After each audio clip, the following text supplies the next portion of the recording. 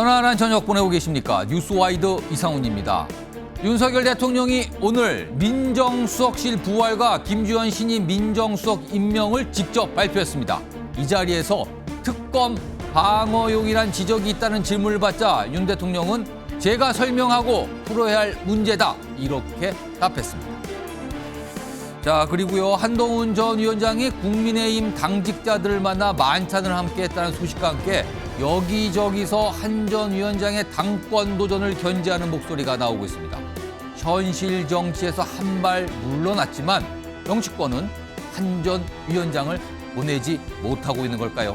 이런 이슈들과 함께 저는 1분 뒤에 돌아오겠습니다.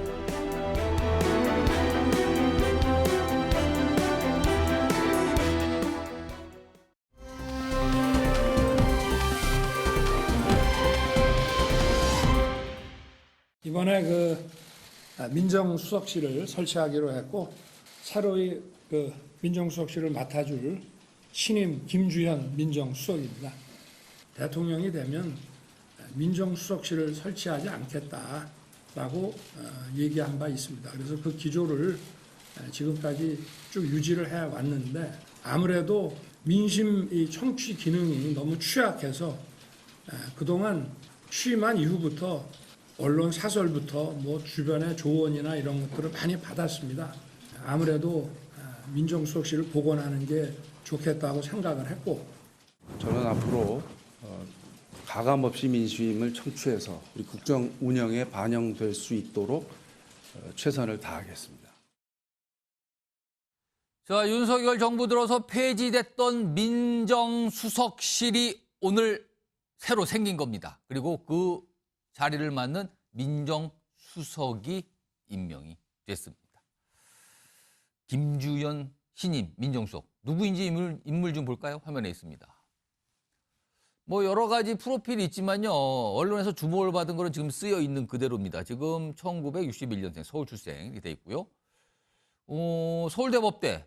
그러니까 윤석열 대통령과 같은 대학 같은 과인데 윤석열 대통령이 후배예요. 2년 후배. 그럼 선배입니다. 대학 선배. 동시에 사법연수원, 사법시험 역시 선배입니다. 검찰 선배가 되는 거죠. 그러면 5년 선배예요. 그러면은 대학도 선배, 검찰도 선배인 인물을 민정수석으로 임명을 한 겁니다. 그리고요, 김주현 수석은요, 박근혜 정부 당시 대검 차장검사 그리고 법무부 차관을 역임한 엘리트 검사다. 그럼 법무부 차장검사하고 차관했으니까요. 안 한 거는 검찰총장하고 법무부 장관밖에 없네요. 지금. 근데 민정수석이 오늘 임명이 된 겁니다. 이승환 전 대통령실 행정관. 네. 총선 전까지 대통령실에 근무를 하셨으니까 분위기를 좀 아실 거예요. 지금 임명에 저런 분위기가 지금 어떤 게 있었는지. 네. 김주현 수석은 윤석열 대통령의 측근이라고 봐야 되는 겁니까? 아니면 무관하다고 봐야 되는 겁니까? 제가 기억하기로는 그 정부 들어서고 초창기부터 내각 인선이나 대통령실 인선에서 제가 들어봤던 기억이 없어요. 그러니까 학연 외에는 그렇게 별다른 인연이 있다라고 하기는 좀 어려울 것 같고요. 그리고 김주현 수석 같은 경우는 박근혜 정부 때 두각을 많이 나타내고 활동을 했고 그 이후에는 기업의 사회이사라든지 그리고 또 이제 대형 로펌으로 들어가셨어요. 보통 이 정도 경력이라면은 이제 공직으로서 이제 내용은 좀 이렇게 일단락하고 다음 거 가신 건데 이제 그런 부분에서 다시 불러 나오셨다는 어떤 대통령과의 인연보다는 이분이 그 검찰에 계실 때 기획 업무를 많이 하셨거든요. 기획? 네. 그래서 그런 부분에 대해서 좀 어떤 인연과 이 학연과 이런 걸 넘어서 그런 부분을 좀 새로 기획하고 새로 만들어진 민정수석실에 이끌어달라고 하는 그런 요구가 있지 않았을까 생각해 봅니다. 그렇다면 지금 별다른 인연을 좀 짙게 남아있는 인연을 찾기는 어렵다는 설명인데요. 아무튼 오늘 임명이 돼서 이렇게 소개가 됐는데요. 자, 오늘 사실 새로운 민정수석도 관심을 받았지만 그것보다는요. 윤 정부 들어서 폐지됐던 민정수석실을 부활했다. 이유가 무엇일까? 이게 더 사실은 관심을 받았습니다. 이거에 대해서 오늘 윤석열 대통령이 소개 끝에 기자들로부터 질문을 받습니다. 아니 폐지했는데 왜 다시 부활을 한 거죠? 라는 질문이었어요. 자, 어떤 대답을 했는지 보시죠.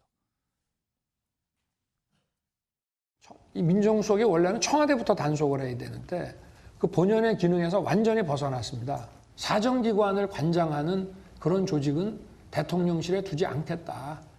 대통령 비서실에서 정책이나 이런 거 위주로 해야지 어떤 사람에 대한 비위나 이런 정보 캐는 거 있죠? 그거는 안 하는 게 맞아요. 그래서 내가 민정수석실 없앤 겁니다.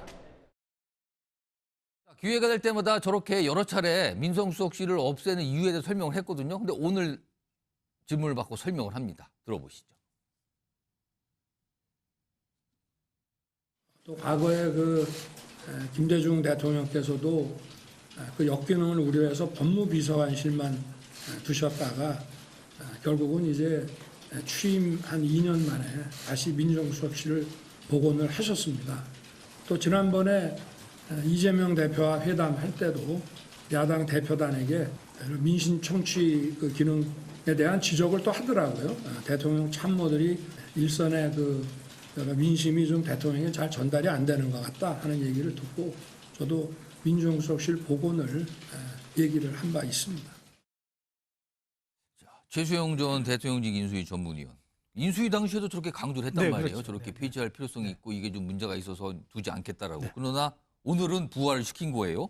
폐지를 번복한 게 됐는데 네.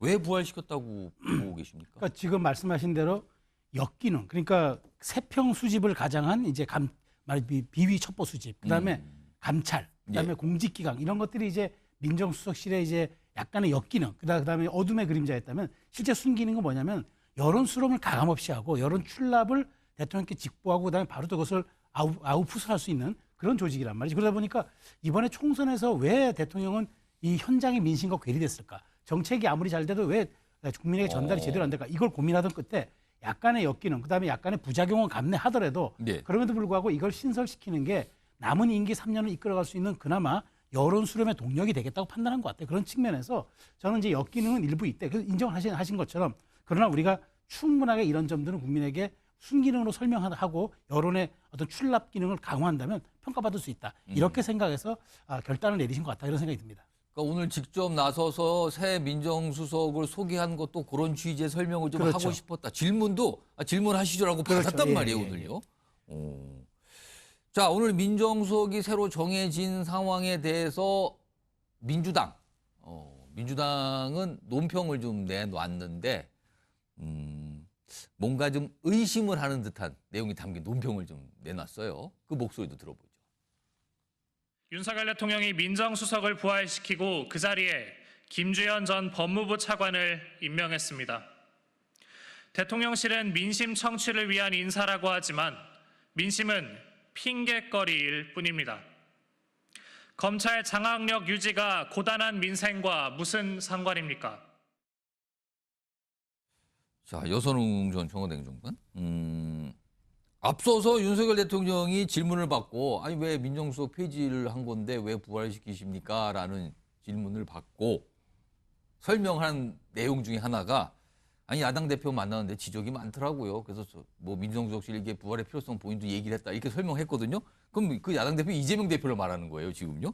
그럼 이재명 대표도 어떻게 보면 민정수석실의 필요성에 대해서 얘기했다 이 뜻이 되는 건데 오늘 민주당은 굉장히 비판적인 입장을 냈네요. 반응은 왜 이렇게 나온 겁니까, 그럼? 아니 지금 대통령 말씀을 들어도 영수회담에서 예. 그 야당에서 이제 민주당에서 민심 청취 기능이 약하다. 왜 잘못 전달하느냐, 대통령이 잘못 보고받는 거 아니냐. 뭐 그런 식으로 이제 어떻게 보면 그냥 큰 비판을 했는데 예. 알겠습니다 하고 제가 민정수석실 부활시키겠습니다. 그런 얘기를 그냥 했다는 거예요. 거기서 뭐 이재명 대표가 뭐 다시 뭐 안 됩니다. 뭐 이렇게 이제 뭐 하진 않았을 것 같고요. 그냥 약간 조금 뭐 민정수석실 부활에 대한 이런 논리가 약간 조금 뭐 대통령 답변만 봐서는 약간 예. 좀 궁색하다 이런 느낌을 지울 수 없습니다. 그렇게 들으셨어요? 네, 그렇고 또 하나는 지금 뭐 계속해서 나오는 게 지금 이제 대통령의 서초동 장악력, 예. 그러니까 검찰 장악력이 조금 떨어진 것이 아니냐. 지금 일부 뭐 보수 쪽에서는 계속 나오는 이야기가 검찰에 대한 또 이제 뭐 공직사회에 대한 공직기강을 바로 잡아야 된다. 거기에 핵심은 서초동이거든요. 그래서 저는 뭐 자연스럽게 그 서초동 검찰 장악력을 높이기 위해서 아니면 또 위기감을 느꼈기 때문에 민정수석실을 다시 부활한 것이 아닌가 뭐 이렇게 좀 생각할 수밖에 없습니다. 민심 청취보다는 서초동 검찰에 대한 장악을 하기 위한 새로운 신설 아니냐 이렇게 지금 민주당을 보고 있다는 겁니다. 그렇죠. 예. 또 관점이 다릅니다. 지금 또 한 자리가 폐지됐다가 다시 부활이 됐는데 그걸 보는 대통령의 설명과 그다음에 제1야당의 어떤 시각이 좀 다르게 나타나고 있어요. 다음 보면은요, 역대 이제 민정수석은 계속 있었어요. 그리고 윤석열 정부도 폐지됐다가 이번에 부활된 건데 역대 민정수석이 누군지 한번 좀 다시 되돌아볼까요? 노무현 정부 당시는 문재인 민정수석 두 차례 역임했다. 일단 이후에 대통령이 된 거잖아요. 박근혜 정부 당시에는 우병우 민정수석, 당시에는요 뭐 왕수석, 실세 중에 실세 이렇게 꼽혔던 민정수석 아닙니까? 그리고 문재인 정부 당시에는 조국 민정수석, 물론 그 위에 여러 가지 이 어떤 재판 수사 이런 게 있었지만 저때 당시에는 뭐 실세다 이렇게 꼽히잖아요. 그리고 이후에 실질적으로 법무장까지 갔으니까요. 주 역대 민정수석들 인물을 보면 일단 왕수석이라는 표현이 나올 만하네요. 지금 딱 지금 인물들 보니까요. 근데 이번에 새로운 또 민정수석 김주현 민정수석 이렇게 된 건데 박찬영 교수님, 사실 민정수석에 대해서 정치권이 그렇게 민감하게 보고 한쪽에서는 거부감, 한쪽에서는 굉장히 뭐랄까요, 권력자가 이렇게 두고 싶은 자리 뭐 이렇게 시각을 받은 이유는 역대 인물들을 보면 그러네요. 실제 지금요 굉장히 실세라고 꼽히는 분들이 앉아 있었는데 이런 이유 때문일까요? 이렇게 주목을 받는 걸까요? 그래서 민정수석은? 그렇죠. 뭐 민정수석의 주된 역할이 뭐 소통이라고 지금 얘기를 했는데 예. 사실은 민정수석이 소통을 했다는 얘기는 전 들어본 적이 없고요. 오히려 사정기관, 이 사정기관을 직접 대하고 소위 통로 역할을 하기 때문에 대통령의 사정기관 문고리 아닙니까? 사정기관이라고 하면 대표적으로 검찰이고요. 검찰, 뭐 그렇죠. 경찰. 네.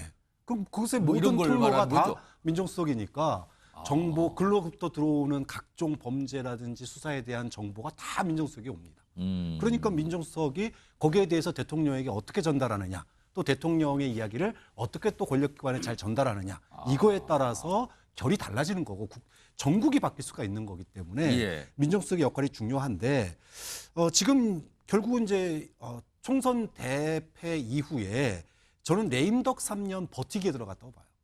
아 그렇게 해석하십니까 네. 지금? 그러니까 민정수석실이 없다가 생겼다. 이 예. 얘기는 향후 3년을 어떻게 버틸 것인가. 이 버티기 위해서 민정수석실을 통해서 버티겠다. 그럼 민정수석은 뭐 하느냐? 결국은 지금 검찰이라든지 여기서 최상병 또 뭐 명품백 수사가 급발진하고 있거든요. 권력기관들이 컨트롤을 벗어나고 있다는 뭐 신호가 나오고 있습니다. 그러니까 이거를 갖다가 소위 그립력을 갖다가 유지하기 위해서 검찰 직속 후배들을 그동안 땡겼었다면 이제는 검찰 선배들까지 돌려막기로 지금 끌어쓰고 있는 거 아니냐. 그러니까 수사 상황에 대한 어떤 통제 관리를 하는 목적이 있는 거 아니냐고 보시는 겁니까 지금? 그렇죠. 아니 소통이야. 은퇴한 지 6, 7년 된 고위 검찰이 더 민심을 잘 알겠습니까? 아니면은 수도권의 원외위원장 우리 이승환 전 행정관처럼 이번 총선에 나서는 젊은 수도권 원외위원장들이 민심을 더 잘 알겠습니까? 예. 당연히 민심을 소통하려면은 이승환 전 행정관 같은 사람한테 얘기 들어야 되는 거 아니에요? 그러니까 지금 패널분들 말씀도 들어보셨고 윤석열 대통령의 설명도 들어보셨고 야당의 반응까지 나왔는데 민심 청취를 위해서 새롭게 만든 겁니다. 총선을 겪어보니까 그런 게 절실했거든요. 라는 설명. 그러나 지금 민주당에서는 뭔가 의심을 하는 듯한 그거 아니고 다른 이유가 있는 것 같은데요. 라는 의심의 시선. 이렇게 지금 나오고 있는 상황이에요. 아무튼 새 민정수석은 결정이 되고 이제 직무를 시작하겠죠. 자, 이런 상황에서 오늘 새로운 민정수석을 소개하면서 윤석열 대통령이 딱 2개의 질문을 받았어요. 첫 번째 질문은 아까 시청자 여러분께 전해드린 대로 민정수석실 폐지했는데 왜 부활시켰습니까? 라는 거에 대한 답변이 하나 있었잖아요. 또 다른 질문요. 이거 일각에서 민정수석실이 무슨 뭐 방탄용 이런 시각이 있는데요. 그건 어떻게 생각하십니까? 하는 질문도 나왔습니다. 자, 그럼요. 윤석열 대통령의 답변 들어보죠. 사법 리스크가 있다면은 제가 해야 될 문제이지 제 문제를 또 저에 대해서 뭐 제기된 게 있다면 제가 설명하고 풀어야지 민정수석이 할 일은 저는 아니라고 생각합니다. 정전이요? 이거 어떻게 들었습니까? 어떤 뜻으로 들으셨습니까 지금 이거? 이 얘기는 그거죠. 지금 뭐 사실 윤 대통령에게 제기되고 있다는 게 두 가지 아닙니까? 김건희 여사에 대한 이제 그 특검 얘기와 그다음에 예. 도이치모터스 사인 시절에 있었던 거지만 예. 또 하나는 이제 최상병 문제가 이제 만일 특검이 된다 그러면은 혹시 대통령실에 이제 개입 여부가 이제 논점이 된다 그러면 특검법상으로는 대통령실도 대상이거든요. 대상이니까요. 그래서 예. 그렇다면 이 두 가지가 이제 윤 대통령에게 귀결된 문제잖아요. 그 얘기는 다시 말하면 이건 내가 설명하고 해결하면 될 문제지 민정수석이 이걸 대리해서 내 법률 대리인이 아니다. 그러니까 일각에서 야당에서 제기하는 것처럼 용산의 로펌마를 뭐 운운하고 하는데 전혀 그것과는 무관하고 이거는 오직 말 그대로 사실 그 이른바 여론의 수정 기능을 하기 위해서 한 거고 나머지 대통령만큼 또 법률 지식이 풍부하신 분이 누가 있습니까? 그러니까 이건 충분히 내가 이건 돌파해서 할 문제다. 그리고 하나 또 첨언한다면 저는 그래요. 이번에 사실 민정수석이 됨으로써 그동안 우리가 인사검증에 허점이 많다고 그랬잖아요. 법무부의 예. 인사검증 기능. 저는 이 차제에 민정수석이 소통, 여론 수렴도 수렴해야 되지만 그 법무부 인사검증 관리단이 가졌던 약간의 허점도 보완하는 그 기능도 좀 해줘야 한다고 생각합니다. 그런 측면에서 이 민주당에서 주장하는 뭐 용산의 로펌마 혹은 뭐 대통령의 법률 대리인의 이런 예. 성격으로 했다. 이건 전혀 무관하고 대통령께서 저렇게 여유 있게 웃으시면서 받아내는 것도 예. 아마 조만간 있을 9일날로 예정돼 있죠. 예. 아마 기자회견에서 아마 충분히 이 문제는 저는 바로 설명이 될 거라고 생각됩니다. 여선홍 전 행정관. 그러면 앞으로 대통령 본인이나 가족과 관련된 어떤 의혹 제기나 이런 문제는 본인이 직접 설명하겠다. 이 뜻으로 봐야 되는 걸까요? 그건 아마 기자회견 때 당연히 뭐 나올 질문이잖아요. 그때 예. 뭐 충분히 이제 뭐 설명을 구하겠다, 이해를 구하겠다, 약간 이런 뜻으로 읽히고요. 민정수석실이 아까도 계속 이야기도 나왔지만 그냥 뭐 원외 위원장이나 아니면 민심을 더 잘할 수 있는 분으로 해야 되는데 서초동 분들 또 이제 임명한 거잖아요. 그러니까 민정수석실에 지금 민정수석과 가장 핵심 비서관이 이제 공직기관 비서관인데 예. 그 공직기관 비서관에 이원모 그 인사비서관이 다시 컴백한다는 그런 얼마 보도가 전에 총선에 출마했던 인물인가요? 예, 용인갑에 오. 출마했고 뭐 이현모, 주진우 이렇게 예. 이제 두 분이 이제 핵심 측근 중에 이제 한 분인데 오. 그런데 이현모 비서관이 다시 공직기관 비서관실로 지금 온다는 거예요. 보도를 통해서 지금 뭐 아직 명확하게 어떤 대통령실 설명은 없지만 보도를 통해서 지금 이원모 전 비서관이 다시 그렇죠. 들어간다. 예, 그거는 다시 한번 이 친정 체제를 조금 구축을 하고 그러니까 이제 검찰 아니면 서초동 또 민주당이 주장하는 특검 예. 여기를 확실히 이제 방어하겠다 이런 뭐 메시지가 메시지로 그냥 읽힙니다. 네. 지금 이제 민주당 소속이신 여선홍 전 행정관은 약간 민주당 분위기를 전하시는 것 같아요. 계속 뭔가 이거 의심스러운데요 라는 얘기를 계속하고 계세요 지금요. 이런 가운데 어제죠? 어제 이제 대통령실에서 이제 기자회견 관련된 어떤 설명을 좀 내놨고요. 그리고 앞서서도 관련 목소리를 좀 내신 대통령실 관계자분들이 있어요. 들어보겠습니다. 윤석열 대통령은 5월 9일 목요일 오전 이곳 브리핑룸에서 취임 2주년 기자회견을 가질 예정입니다. 지난 2년 정부의 국정 운영 기조와 정책 추진 상황을 설명드리고 앞으로 3년의 국정 운영 계획을 말씀드릴 것입니다. 그 형식은 아직 결정된 게 없고요. 네. 분명한 것은 대통령께서 질문을 가려서 답을 하신다든지 질문을 가볍게 그렇게 터치하듯이 그렇게 답변하시든다든지 아마 그런 생각은 안 하시는 걸로 알고 있습니다. 자, 기자회견이 잡혔어요. 화면 좀 보겠습니다. 그러면은 지금 기자회견이 윤석열 정부 들어서 두 번째가 되는 겁니다. 굉장히 오랜만인데 앞서서는요. 2022년 취임 100일 기자회견이 있었어요. 취임 100일 기자회견. 모두 발언이 20분 정도 있었고요. 34분간 질문이 12개 정도 나왔거든요. 근데 9일 취임 2주년 기자회견 하잖아요. 집무실에서 모두 발언 후에 브리핑룸에서 1시간 회견을 합니다. 이것도 좀 약간 좀 독특한 정태인데요. 근데 중요한 거는 앞서서는 34분. 근데 지금 1시간을 하거든요. 그 길어요. 그리고 일단 알려진 바로는 뭐 기자들 질문 주제 이런 거 제한이 없다. 자유롭게 물어보고 있고 그런 것도 지금 단단하게 지금 대통령실 준비하고 있다. 이런 얘기까지 들리고 있는 상황이거든요. 다음 보겠습니다. 그럼 어떤 주제들이 질문 속에 포함돼서 거론될 것인가. 요 내용 좀 보겠습니다. 다음 넘어갑니다. 지금 여러 가지 예상들이 나와요. 지금 일단 최혜병 특검법 이건 당연히 나오겠죠. 질문이 지금 뭐 이거 현안 중에 현안이니까. 그리고 김건희 여사 관련된 사안에 대한 질문 그리고 한동훈과의 관계는 어떻게 됩니까? 이것도 정치적으로 민감할 수 있어요. 또 의대 증원 문제 이거 여전히 안 풀리고 있잖아요. 이런 질문 관련된 주제로 질문이 나오지 않을까라는 예상이 되고 있는데 이승환 전 행정관. 네. 윤석열 대통령이 앞서서 목소리 들어봤지만 직접 설명했다. 이런 하겠다는 얘기를 했단 말이에요. 네. 내일 모레 이제 예정된 2주년 기자회견이 주목이 되는데 어느 정도 설명해. 앞서서 봤던 한 4가지 정도가 이제 예로 들었는데 이런 주제를 담은 질문에서 어느 정도 설명이 나올 걸로 봐야 됩니까? 저는 근데 중요한 거는 예. 설명을 얼마나 잘하냐가 중요한 게 아니고 그 현안들에 대해서 얼마만큼 국민들과 공감하고 계시는지의 태도를 보여주시는 게 중요하다고 생각합니다.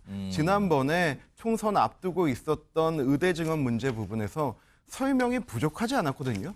이게 과연 왜 필요한 건지, 왜 예. 2,000명이 나왔는지, 그동안 정부가 어떻게 노력해왔는지 충분히 50분 넘게 설명을 하셨는데 예. 문제는 국민의 공감을 사지 못하셨던 게 문제였습니다. 그래서 이 부분 하나하나의 현안들 기자들의 질문에 대해서 구체적으로 설명하고 하시는 것 부분에 주안점을 두시는 것보다 이 부분에 대해서 얼마나 공감하시는지 그리고 또 앞으로 어떻게 해나가실 것인지에 대한 의지를 보여주는 게 중요하다고 생각합니다. 그리고 저는 정말 온갖 주제들이 다 나올 거라고 생각합니다. 근데 대통령께서 원래 소통에 그렇게 자신감이 없는 분이 아니었어요. 그 후보 시절에도 그랬고 임기 초임 시절에도 도어 스태핑을 통해서 굉장히 다양하게 소통을 해오셨는데 저는 좀 이제 좀 그러한 부분을 다시 면모를 보여주실 때가 됐다라고 생각하고요. 예. 이번 기자회견 굉장히 좀 기대하고 있습니다. 박찬 교수님께서는 어떻게 전망하십니까 지금? 뭐 저도 결론은 정해져 있다고 봐요. 결국은 거부권을 행사하는데 예. 왜 행사할 수밖에 없었는지를 길고 또 새로운 방식으로 전 설명할 것 같습니다. 재병 특검법 관련해서 예, 뭐 경로를 왜 했는지 아마 이 얘기 나올 수도 있다고 봐요. 그러니까 조금 더 구체적으로 본인의 어떤 그 당시의 감정 예. 그리고 왜 그렇게 자신이 지지를 했는지 예. 이런 부분들을 아마 설명을 할 겁니다. 근데 문제는요. 예. 그래서 거부권 행사라고 얘기가 나올 것 같다라는 거예요. 이번에 지금 국민들이 지금 이번 기자회견이 2년 만에 사실상 처음이나 마찬가지인데 예. 100일하고 처음이니까.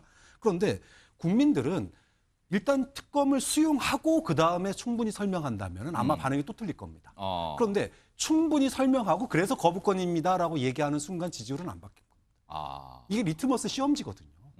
국민들이 그걸 바라는데 아마도 거기에 문호표를 못 맞출 거다. 또는 김여사 특검 문제도 저는 질문 나오면 아마 상세하게 설명할 거예요. 또는 검찰 수사에 대해서 면포백 수사에 대해서 성역 없이 수사해라. 믿는다. 검찰 믿는다. 이렇게 얘기할 수도 있습니다. 예. 그런데 그래도 김여사 특검은 그래서 검찰의 수사를 지켜보자. 특검 거부. 이해가 또 나올 거예요. 그렇기 때문에 내용이 아무리 신선하고 이제까지 말하지 않았던 얘기를 한다 손 치더라도 예. 결론은 정해져 있는 거 아니냐. 이렇게 되면 결국 그 설명은 긴 모양만 바꾼 긴 해명에 불과하지 않느냐. 이런 평가가 나올 수밖에 없다는 거예요. 지금 기자회견이 오는 9일 오전 10시로 잡혀 있죠. 그런데 앞서서 모두 발언, 집무실에서 모두 발언을 좀 먼저 해요. 그리고 나서 이 브리핑룸으로 내려가서 1시간 동안 질문을 받게 되니까 본격적인 질의응답이 시작되는 거는 10시를 좀 넘기는 시간이라고 봐야겠는 거죠. 그러면은 11시를 훌쩍 넘겨서까지 진행될 것으로 지금 일단 예상되고 있습니다. 과연 어떤 얘기들을 윤석열 대통령이 꺼내고 설명을 할지 지금 정치권이 기다리고 있는 상황입니다.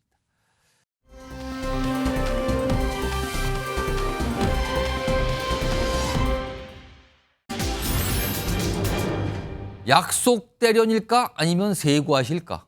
어떤 모습이 저렇게 두 가지로 비춰질 수 있다는 걸까요? 오늘 검찰총장 출근길에 질문을 받고 얘기를 하죠. 앞서서 검찰총장이 무엇을 지시했다는 내용이 먼저 알려졌거든요. 그와 관련된 질문을 받고 답을 합니다. 들어보시죠.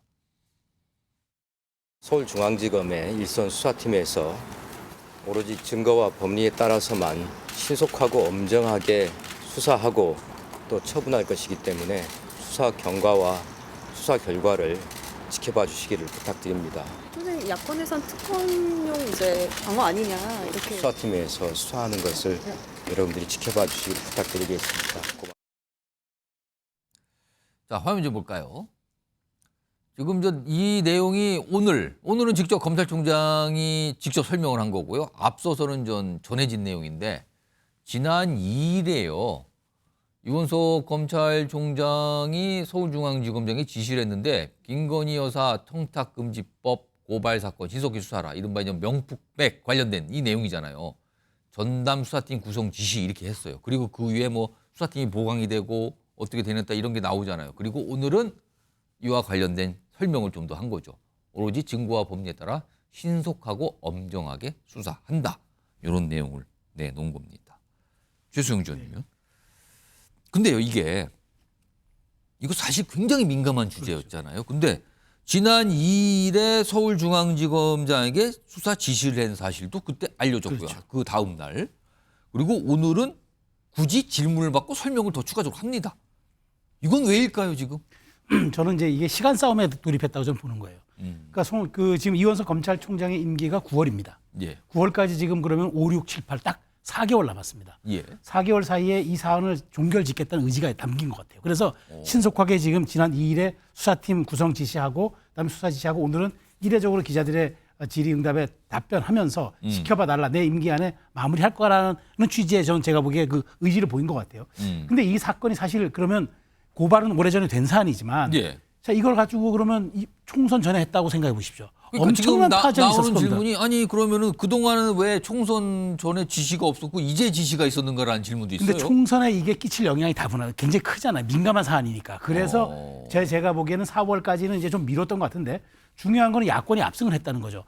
제가 봐도 이거는 특검과 무관하진 않아요. 왜냐하면 민주당에서 지금 22대 국회 개원하면은 이 특검 외에도 지금 줄줄이 특검을 지금 대기해놓고 예고하고 있는 상황에서 최소한 이 부분에 대해서 검찰이 내 임기 안에 끝내겠다는 의지를 드러내 보여줘야 그나마 이거는 검찰 입장에서도 일종의 명분용이 되기 때문에 저는 이원석 총장이 그 두 가지 민심에 그러니까 민주당이 주장하는 대로 이거는 총선은 민심에서 확인된 사안이니까 우리가 특검하겠다. 자, 우리 수사 진행하고 있으니까 특검 아직은 빠릅니다라는 것으로 저는 제가 보기에 명분용으로 그리고 자기가 임기 9월까지 이건 반드시 마무리 짓겠다라는 의지로 밀어붙인다면 민주당도 사실은 특검을 너무 고집할 그런 명분이 또 없는 거죠. 그러면은 본인의 임기가 9월에 끝나는데 그 끝나기 전에 이 부분만큼은 매듭을 줘야겠다라는 의지를 보인 거다. 네. 수사 지시를 했다는 내용이 알려진 것도 굉장히 이례적으로 좀 받아지거든요. 이 민감한 이슈였는데요. 이런 상황에서 이 상황을 놓고 민주당이 여러 가지 목소리를 내는데 그 목소리의 내용이 조금씩 달라요. 들어보겠습니다.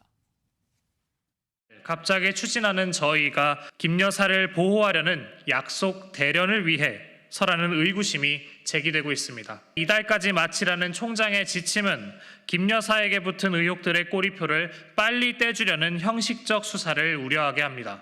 특검법을 피해보려는 꼼수를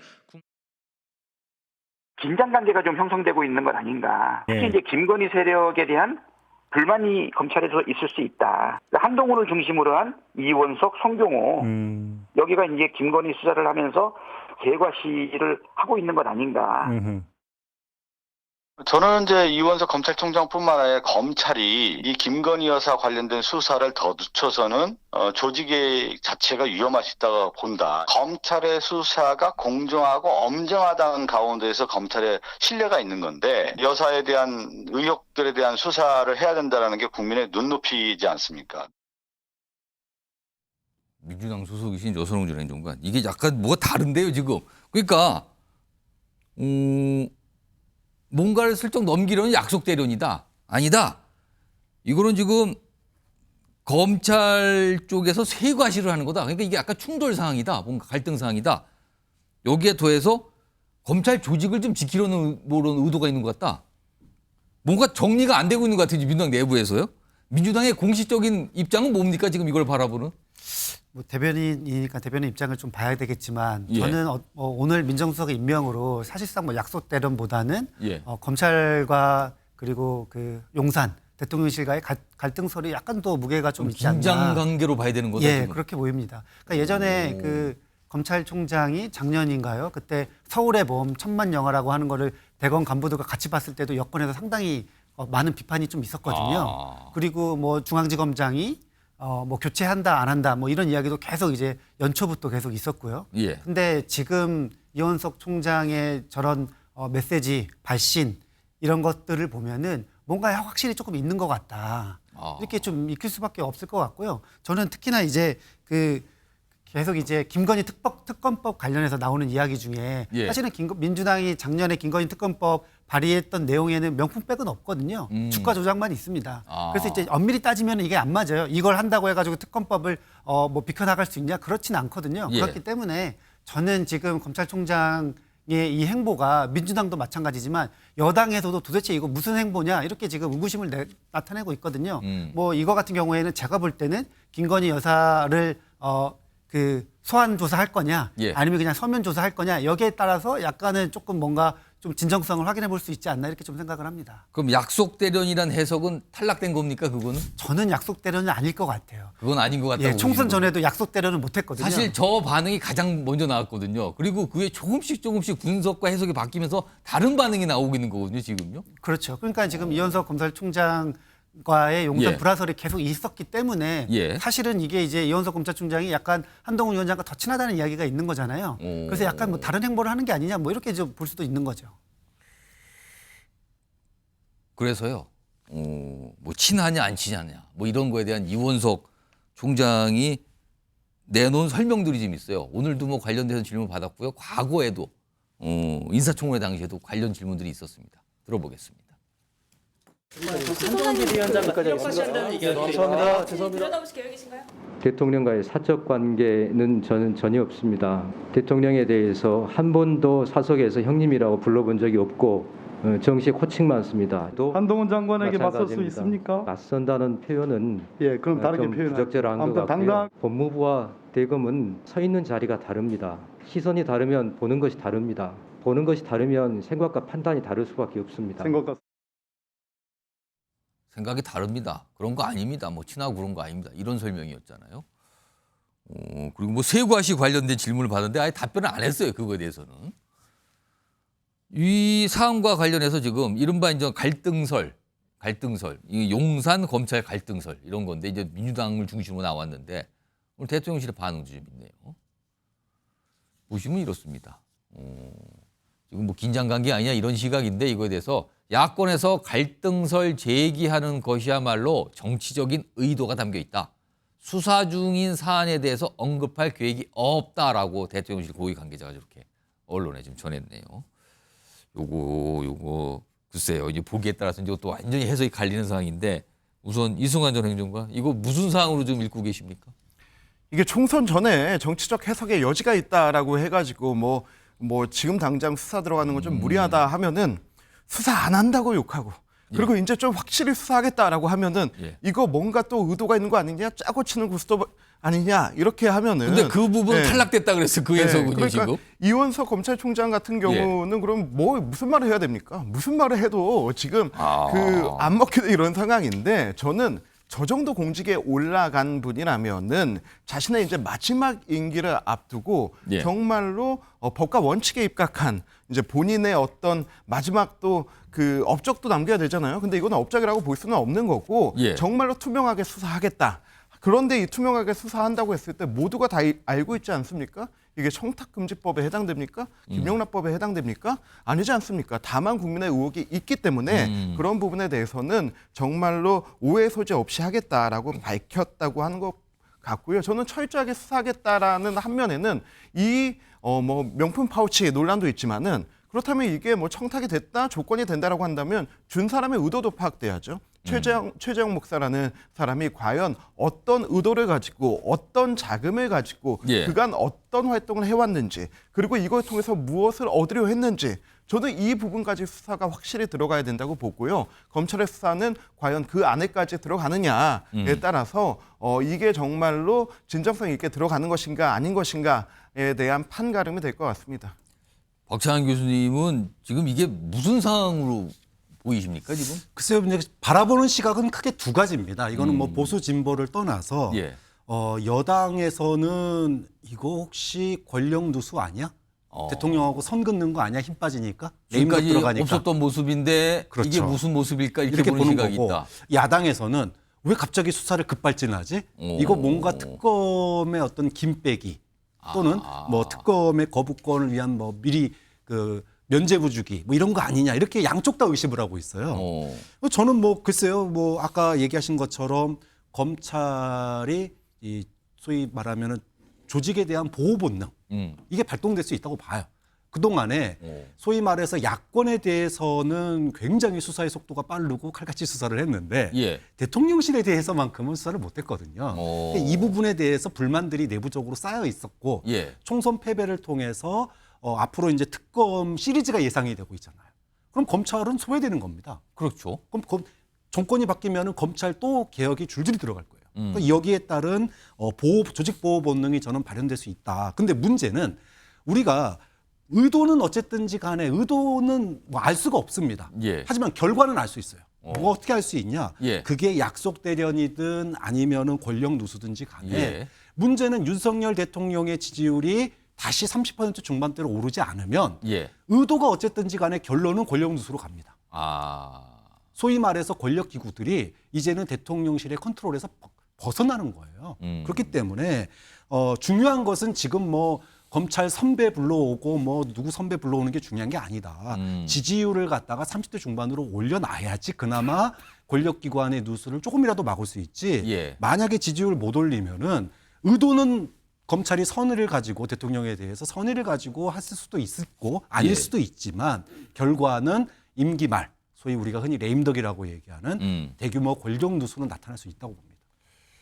최수영 전 의원님께서는 특히 여러 가지 지금 민주당에서 해석을 해놓았잖아요. 약속 대련이다, 세과시를 한다.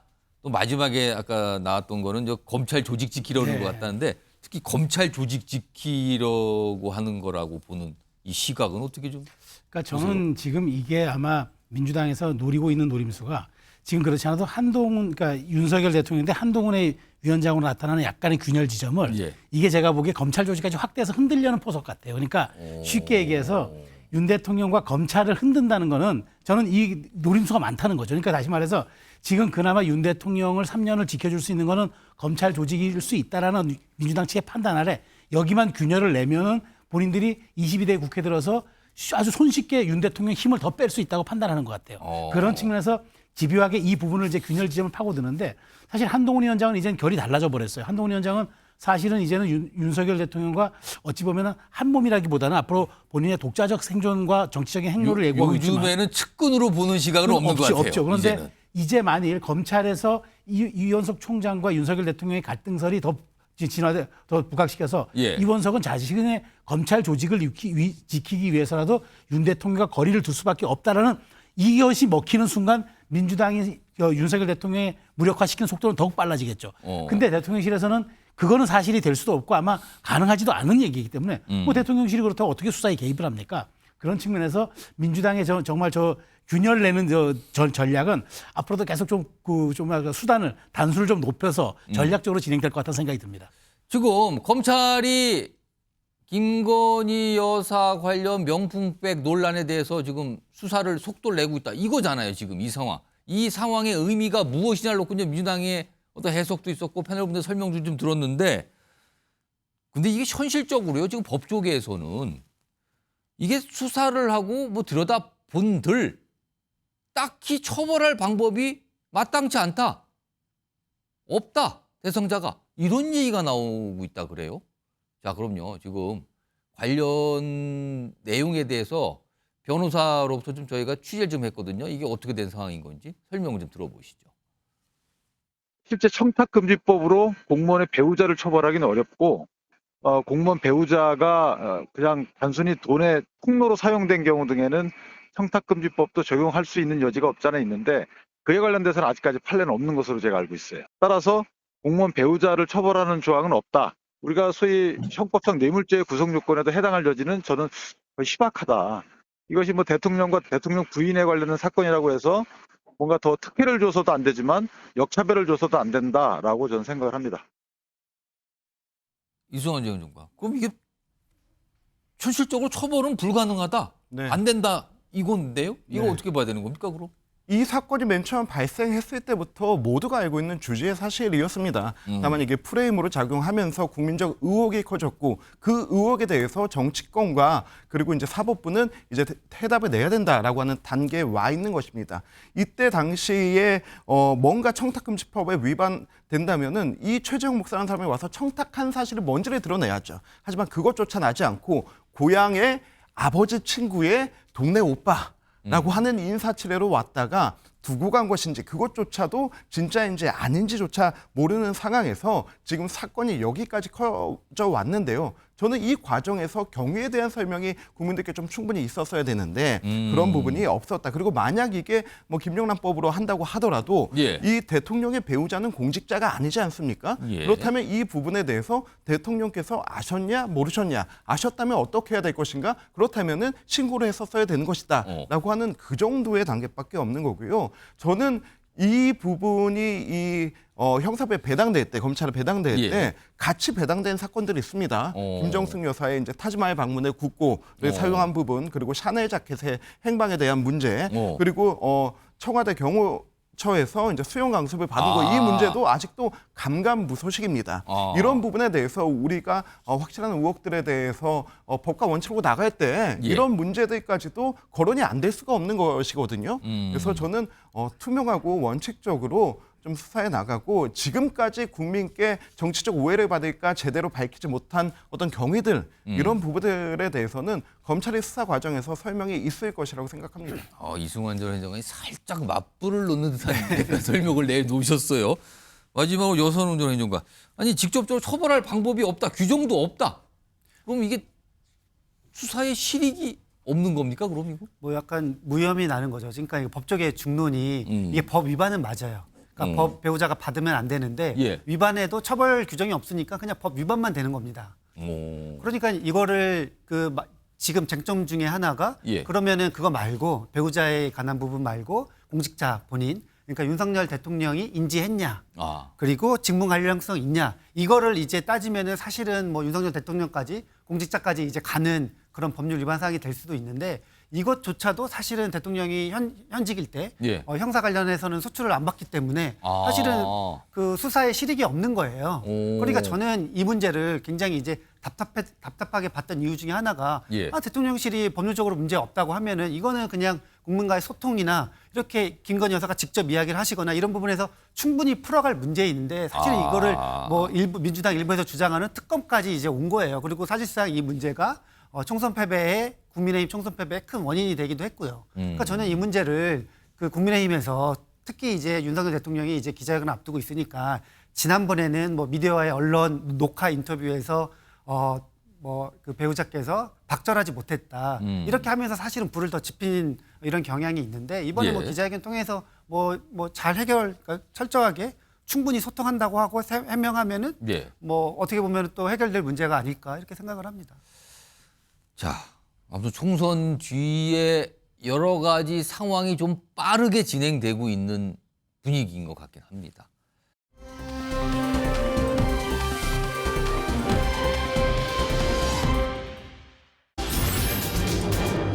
한동훈에서 못 벗어나는 여당. 그러니까 비판하시는 분도 있고 아니면 옹호하는 분도 있지만 끊임없이 얘기를 합니다. 끊임없이. 근데 본인은 지금 쉰다 그랬잖아요. 그 사퇴하고. 그런데도 계속 얘기를 합니다. 우선요, 다음 준비된 목소리의 주인공들은 국민의힘 내부에서는 중진급 정치인들입니다. 묵직한 무게를 갖고 있는 정치인들이죠. 공통점은요, 한동훈 전 위원장에서 대해서 비판적입니다. 들어보시죠. 저는 한동훈 위원장 정말 애썼다고 생각합니다. 이 어려운 와중에 정말 몸 바쳐서 건강 상해가면서 열심히 한 거 인정하는데, 정권 중반에 치러지는 선거치고 심판론으로 맞불을 놓는 것은 참, 그건 사실은 좀 피했어야 되는 전략이었어요. 출마는 본인 자유예요. 뭐 어떤 선거든. 그렇죠. 근데 총선에서 이렇게 참패를 했는데, 뭐 비대위원장님 당 대표잖아요. 당 대표를 지내셨던 분이 그걸 책임지고 물러나셨는데 또 다시 출마를 한다. 그걸 국민들께서 당의 변화라고 봐주겠느냐. 저 얘기했는데 지금 전당대회 그 당원 당비상 최소한도 필요한 시간이 한 40일 정도 돼요. 그럼 6월 말이면은 5월 한 20일부터는 전당대회가 착수돼야 되는데. 아, 물리적으로 어렵다. 네, 물리적으로 좀 어려워요. 그런 걸 염두에 안 두고 일을 꼬박꼬박 하는 것이지 특정인을 염두에 두고 일을 할 수는 없죠. 당무라는 것이요. 그러니까 총선 패배 책임론 관련해서 당권 도전에 대해서 약간 좀 부정적으로 들리기도 하네요. 이 중진급 정치인들의 발언인데. 근데 반면에요. 다음에 등장하시는 목소리의 주인공들은 한동훈 전 위원장을 약간 옹호하는 듯한 분위기가 느껴집니다. 들어보시죠. 한동훈 비대위원장 같은 경우에는 지금 선거가 끝난 지 얼마 안 되지 않았습니까? 이분이 얼마나 그때 소진됐고 고생했는지를 알고 있어서 집단 지도 체제가 된다면 정말 우리 당의 어떤 스타급 정치인들은 다 좀 이렇게 다 들어가 계셨으면 좋겠다라는 생각은 이건 제 개인적인 생각입니다. 만 해도 한동훈 비대위원장이 전당대회에 나오는 거는 뭐 누구도 상상할 수 없을 정도로 먼 얘기였는데 오늘 얘기를 들어보면 많은 사람들이 나온다라고 지금 평가를 하고 있어요. 본인이 나와서 나는 뭐 당원이 됐던 국민이 됐던 여기 한번 내가 선택을 받아보겠다. 라고 생각해서 나오는 건 누구나 막을 수가 없는 것이고 이제 한동훈 위원장이 다시 재등판하는 것에 대한 가능성을 보여준 거는 뭐 특정인을 좀 지목해서 그렇긴 하지만 홍준표 시장께서 이제 들고 나왔던 것이 오히려 재등장할 수 있는 판을 깔아준 게 아닌가. 그렇게 보십니까? 자, 그럼 화면으로 좀 정리 좀 해볼까요? 지금 약간 좀 맞서는 것 같기도 하네요. 한동훈 전 위원장을 놓고 비판과 옹호가 좀 갈리는데 일단 오세훈 시장. 그러니까 앞서서는 굉장히 애썼다는 얘기했지만 총선 전략과 관련해서 좀 비판하네요. 심판으로 맞불을 놓는 것 이거는 피했어야 되는 전략이다. 전략적 실패가 있다는 얘기네요. 그리고 유승민 전 의원은 또다시 출마하면 그러니까 이건 당권 도전이란 말이에요. 또 출마하면 국민께서 변화라고 봐주실까요? 비판적입니다. 다음 보겠습니다. 반면에 여기 보면 이재영 당협위원장 한동훈 혼자서 치른 선거다. 혼자 잘못했다 하기는 한계가 있었다. 다른 분들은 잘못 없습니까? 왜 한 사람만 자꾸 뭐라 그럽니까? 이런 분위기잖아요. 그리고 박상두 조직위원장은 한동훈 이번 선거에서 진짜 소진됐다. 선거 같이 안 뛴 사람들이 이런저런 얘기하는 거 이거 바람직하지 않습니다. 지금 선거 뛰셨어요 거기? 이런 얘기란 말이에요 지금. 최수영 전 의원님. 듣고 보니까 약간 비판적인 거는 중진급 정치인들이고 원외 인사이고 총선에서 낙선하신 분들은 약간 옹호하는 분위기인데 상당히 좀 다릅니다. 지금. 기류가 좀 다르죠. 예. 홍준표, 오세훈 시장들은 잠재적 또 대권 주자 아닙니까? 예. 그러니까 이제 이분들이 하는 한동훈 위원장의 전 위원장에 대한 비판은 조금 예사롭지 않게 들리죠. 그러니까 유승민 의원도 마찬가지죠. 그 예사롭지 않다라는 게 딱 순수하게만은 들리지 않는다 이 뜻입니까 지금? 잠재적 경쟁자가 될 수도 있는 분들이니까 저는 그런 측면에서 봐야 하고요. 자, 2조 심판론. 그러니까 저는 지금 총선에서 패했으니까 패한데 10가지 이유가 있다고 치면은 자, 그 윤석열 대통령과 한동훈 위원장 누가 더 잘못했느냐. 그래서 요즘 여권에서 회자되는 게 윤7 한3이라는 얘기를 합니다. 그러니까 윤석열 대통령이 7할이면 한동훈 위원장 3이다. 근데 뭐 이거는 뭐 그냥 해석의 영역이니까. 근데 여기서 한번 우리가 좀 들여다볼 것은 한동훈 위원장이 2조 심판론을 들고 나왔을 타이밍을 한번 봐줘야 한다는 거죠. 한동훈 위원장이 처음에는 이제 뭐 여러 가지 비전도 얘기하고 하다가 갑자기 선거를 이제 한 열흘 앞둔 한 보름 정도 앞둔 시점부터 갑자기 2조 심판론 들고 나옵니다. 이 얘기가 뭐냐면은 그 지금 그러니까 다시 한번 되짚어보고서 복귀를 해보면은 이 타이밍에 아마 한동훈 위원장이 백석이 무너질 수도 있다라고 판단해가지고 대언저 시선을 지켜줘야 한다라고 해서 강력한 우리 지지층을 결집하는 그 메시지를 낼 타이밍이죠. 그러니까 전체적인 맥락을 보고 이걸 비판해줘야지 2조 심판을 꺼냈다고 한동훈 위원장의 캠페인이 100% 잘못했다. 이렇게 보기엔 좀 무리가 있다라는 게 지금 말하자면 지금 당협위원장들과 이번에 출마했던 좀 신진 인사들의 의견이고 약간 중진들은 이제 거기에 대해서 한동훈 위원장의 캠페인 전략이 완전히 부재했고 잘못했다. 이렇게 하는 건데 저는 어쨌든 이번 백서가 어떤 식으로 발간되는지가 주목이 돼요. 그래서 백서에서 어떤 평가가 나오는지를 보고 저는 그 무렵에 전당대회가 이루어진다 그러면은 한동훈 위원장의 등판 여부도 어느 정도 여기서 좀 가닥을 잡지 않을까 그런 생각이 듭니다. 여수론 장관 지금 경쟁 정당 내부에서 벌어지는 상황인데 뭐 의견이 달라요. 비판과 옹호 뭐 엇갈리고 있는데 뭐 그거는 차치하더라도 공통점은 총선이 끝나도 국민의힘 분들이 다들 한동훈이라는 인물을 놓지는 못하고 있는 것 같아요. 이건 왜 이런 현상이 나타났다고 보십니까? 총선 기간에서 한동훈 팬덤을 확인했잖아요. 그리고 특히나 이제 윤석열 대통령 이후에 국민의힘의 리더십 그리고 앞으로 차기를 이끌 사람은 여전히 한동훈밖에 없다. 이런 민심과 당심을 계속 확인하고 있기 때문에 만약에 이제 그 한동훈 비대위원장이 출마한다고 하면은 여기서 이제 계속 고민하는 분들이 점점 많아질 것 같아요. 특히나 한동훈 비대위원장이 사실은 그 일반론적으로 따지면은 총선에 대표하고 나서 다시 출마하는 게 쉽지는 않지만 계속해서 이제 뭐 한동훈 비대위원들을 만나고 본인들이 임명했던 그리고 한동훈 비대위원장실 사무처 당직자 비서실들을 만나면서 계속 빌드업을 해가고 있어서 만약에 한동훈 위원장이 출마한다고 하면은 대적할 상대가 누가 있나 사실 그것도 딱히 보이지 않거든요. 지금 유승민 전 의원이 계속해서 이제 본인도 계속 고민하고 있다 이런 이야기를 하지만 지금 그리고 용산에서 뭐 세간에서 나오는 이야기는 한동훈 이재명보다 한동훈을 더 싫어한다 이런 이야기가 있지만 저는 결국에는 비윤이라고 하는 안철수 나경원보다는 결국에는 다시 한동훈이다. 그렇기 때문에 저는 그 국민의힘의 많은 뭐 정치인들이 다시 한동훈으로 가지 않을까. 지금 한동훈 비판이 점점 줄어들고 있어요. 한동훈 책임론을 제기하는 사람이 점점 없어지고 있습니다.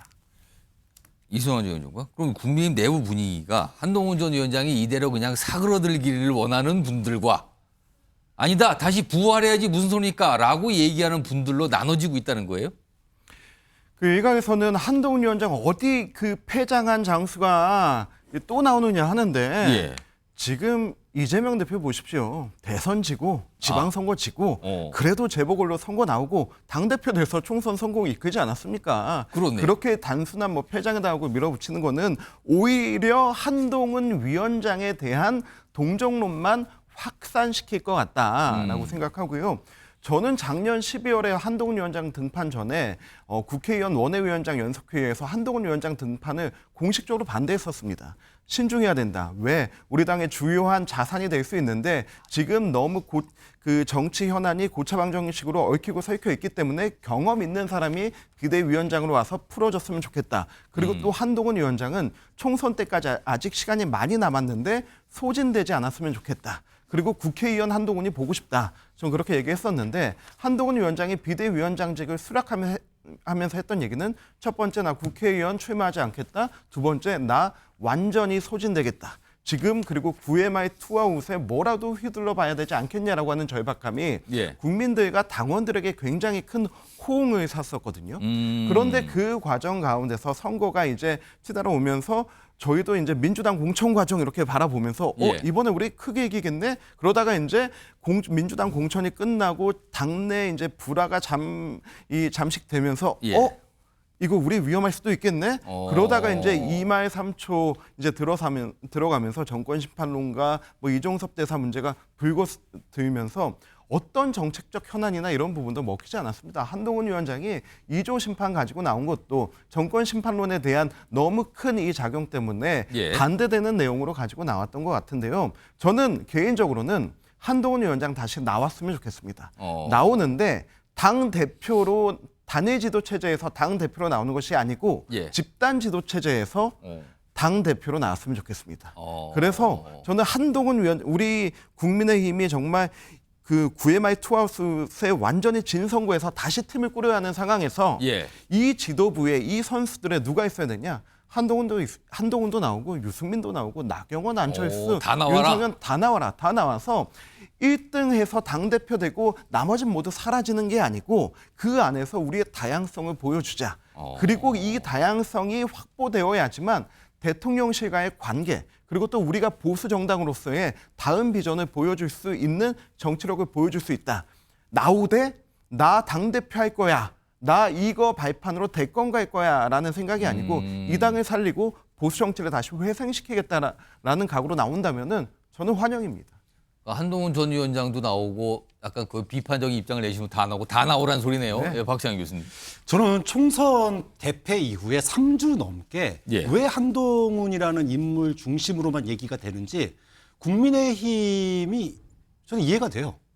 왜 이해가 되냐? 그러니까 그거에 대한 궁금증도 많은 분이 갖고 계세요. 아니 왜 총선 끝나고 그만두고 쉰다고 하고 공부한다고 그러는데 계속 국민의힘은 왜 그 얘기를 꺼내는가? 이겁니다 지금. 한동훈밖에 얘기할 사람이 없어요. 왜냐하면 민주당이나 언론에서는 예. 이번 총선 패배 왜 패배했는지가 눈에 뻔히 보여요. 바보야, 문제는 윤석열 대통령이야. 이 얘기가 뻔히 보이는데 국민의힘에서는 임기 3년 남은 윤석열 대통령에게 쓴소리하고 이 정책 받아들여야 된다 이런 거를 공개적으로 얘기할 수가 없는 분위기입니다. 아직도. 그러니까 얘기할 사람이 한동훈밖에 없는 거예요. 사실은 총선 패배 왜 했습니까? 물으면 지나가는 국민 10명한테 물어보십시오. 예. 윤석열 대통령에 대한 심판입니다라고 얘기하죠. 열의 7, 8명은 그럴 거예요. 예. 한동훈 때문에 졌는데요. 아니요, 한동훈이 잘했는데 아쉽네요라고 얘기하는 사람 몇 명이나 되겠습니까? 그런데 국민의힘이 예. 용산에 대한 용산의 정책, 그다음에 용산의 기조, 앞으로의 3년의 국정 운영의 방향에 대해서 얘기하길 꺼려요, 공개적으로. 자기들끼리는 뭐 비공개로 얘기를 얼마든지 하겠지만 공개적으로 얘기를 안 합니다. 그러니까 얘기할 사람이 한동훈밖에 없는 거예요. 굉장히 답답합니다, 보는 사람들.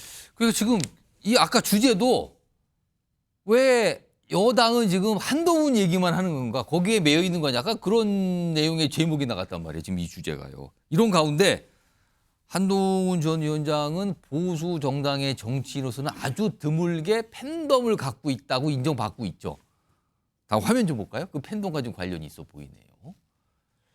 한동훈 지지자들이 총선 백서 지금 만드는 과정에 지금 발끈하고 있다는데 뭐냐면 국민의힘 총선 백서 만들기로 했잖아요. 지금 이게 백서 TF 위원장이 조정훈 의원인데 이 설문조사를 요즘에 하고 있대요.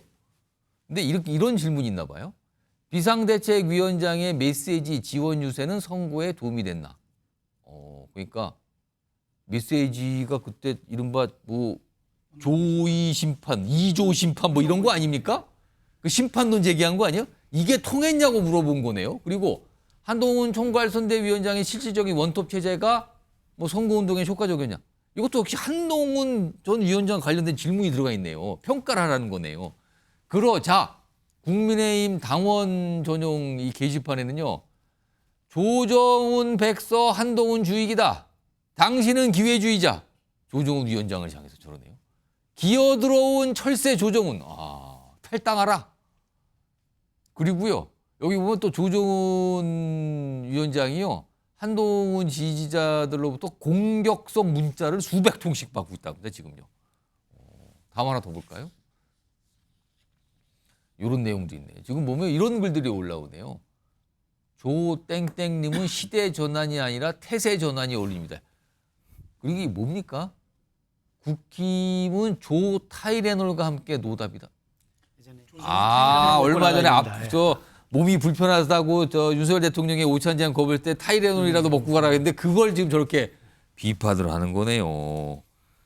그럼요. 다음에 조정훈 위원장의 얘기 좀 들어보죠. 목소리 있습니다. 어떻게 백서의 내용을 해석하시고 입장을 내시든지는 한동훈 전 위원장의 선택이시라고 생각하고요. 네. 다만 이제 저희가 충분히 설문 결과와 심층조사 결과에 대한 입장을 담을 수 있도록 공간을 만들어 드리려고 합니다. 입이 좀 무거워집니다. 저는 뭐 신중하게 잘 판단하시리라고 짐작하고요. 여선홍 전 위원장 저렇게 그렇게 뭐라 그럴까요? 한동훈 전 위원장이 지지자로 보이는데 약간 팬덤으로 평가를 받거든요. 근데 이런 강성 팬덤들이 본인이 지지하는 정치인과 대척에 있거나 본인이 지지하는 정치인을 약간 비판하거나 공격하는 정치인을 압박하고 공격하는 거. 이거 민주당에서 많이 보던 현상 아닙니까? 네, 민주당에서 뭐 팬덤 정치 예. 그리고 뭐 이렇게 강력하게 이제 정치인을 지지하는 그런 분위기가 있었죠. 사실은 뭐 어떻게 보면은 국민의힘 계열에서는 약간 이례적인 모습이기도 합니다. 국민의힘 내부에서 나타난 건가요? 예, 이게? 예전에 뭐 윤석열 대통령 후보 시절에 강력하게 이제 요청하기는 했지만 그런 요구들이 분위기가 있었지만, 근데 사실 한동훈 비대위원장은 국민의힘의 대표로 비대위원장으로 들어올 때부터 약간 팬덤이 계속 보이기 시작했어요. 이번에 그만둘 때도 계속 이제 뭐 다시 돌아와라. 그리고 국회 앞에 화환들이 쫙 깔렸잖아요. 예. 그러니까 확실히 이제 한동훈 비대위원장이 국힘에서 약간 셀럽 정치인 같은 역할을 하는 거죠. 근데 최근에 이제 뭐 조정훈 의원 관련해 가지고 계속 이제 뭐 여러 말들이 나오고 있는데 어떻게 보면은 지금 민주당 입장에서 보기에도 약간 지금 조정훈 위원장이 TF 팀장으로 하는 그 백서 TF는 약간의 의도가 예. 약간 뭐 한동훈 약간 저격하는 게 아니냐 이렇게 볼 수밖에 없거든요. 물론 다양한 질문들이 있을 거예요. 왜 예. 총선에 패배했는지. 근데 예를 들어서 계속 언론에서 이야기 나왔던 한동훈 책임론이 나오면 항상 나오는 이조 심판론 메시지가 정확했냐. 황우여 대표도 지금 이조 심판 메시지 아니다라고 오세훈 시장도 그런 얘기를 하고 있는데 예. 그게 아예 질문에 있으면은 당연히 좀 이상한 것 같다. 지금 답을 정해놓고 물어보는 거냐? 뭐 이런 반응도 있더라고요. 네, 지금. 질문 자체가 한동훈 위원장한테 굉장히 불리한 질문들이 있고 그것들만 계속 언론 보도가 되고 있어요. 그래서 계속 이제 뭐 한동훈 전 비대위원장 뭐 전당대회 다시 등판하는 거 아니냐 이런 분위기가 있는 와중에 지금 홍준표 시장이랑 비슷하게 한동훈 책임론을 부각하기 위한 이런 뭐 그런 뭐라 그럴까요? 정치적 액션들처럼 비춰질 수밖에 없다. 뭐 그렇게 좀 해석할 수밖에 없을 것 같습니다. 그래서 지금 지지자, 팬덤으로 보이는 팬덤이라고 칭할 수 있는 지지자들이 지금 조정훈 TF 위원장을 막 공격하고 문자도 보내고 이런 일이 지금 벌어지고 있다 그러네요. 이런 상황에서 다음 화면 좀 하나 보겠습니다. 최근에 있었던 일이군요. 이게 뒤늦게 알려졌어요.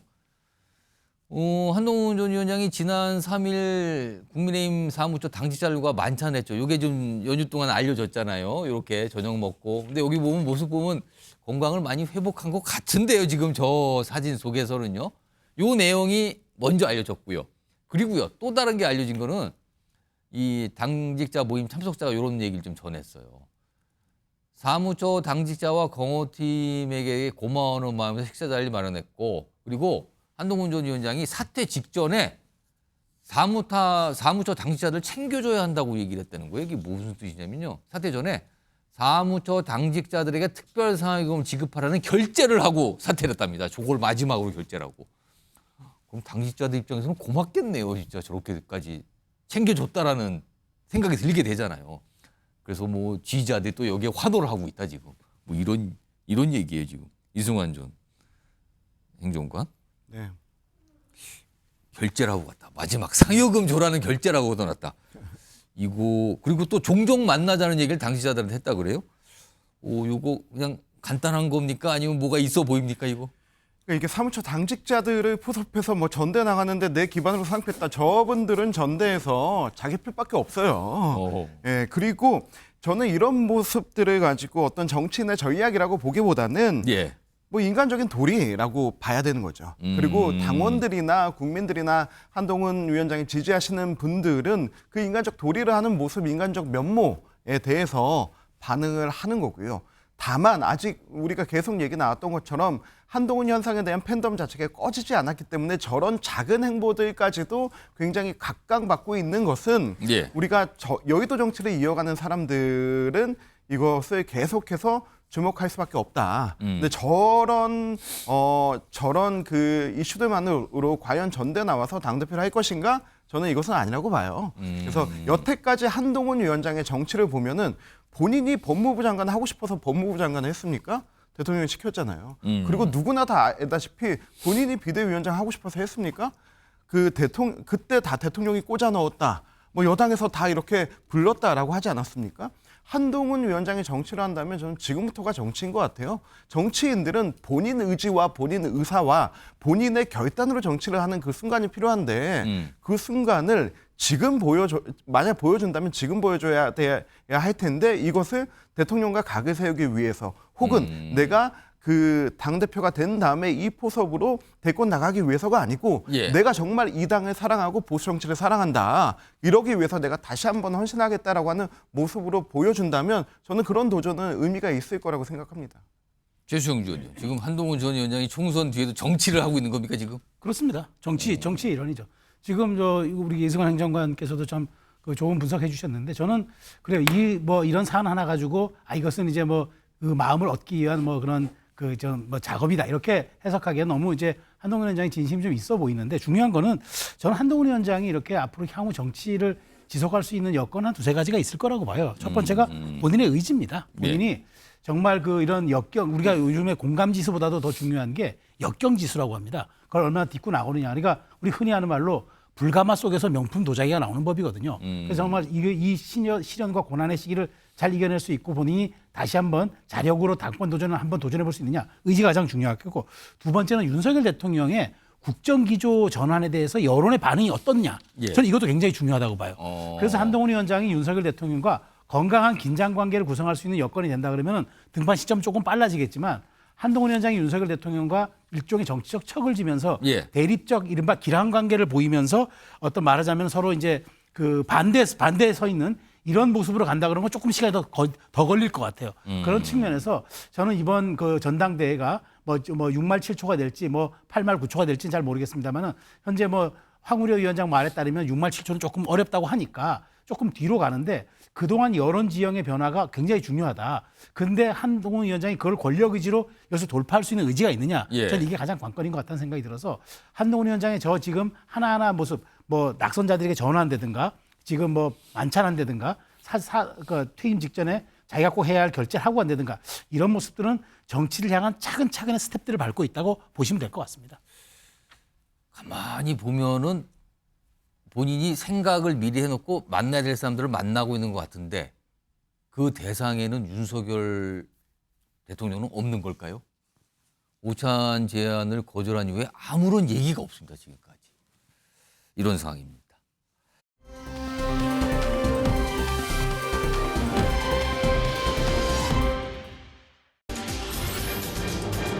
조국 이화영 수사도 특검으로 가는 건가?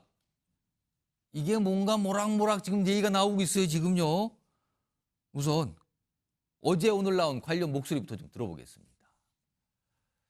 검사 독재 정치 탄압 대책위원장으로서 그동안의 검찰들의 행태를 보게 되니까 각종 위법행위, 불법행위, 절차를 위반하고 있는 행위들이 부지기수로 나오는데 누구도 견제하지 못하고 있다 보니까 결국 국회가 그 역할을 해야 된다는 입장이었던 것 같거든요. 예.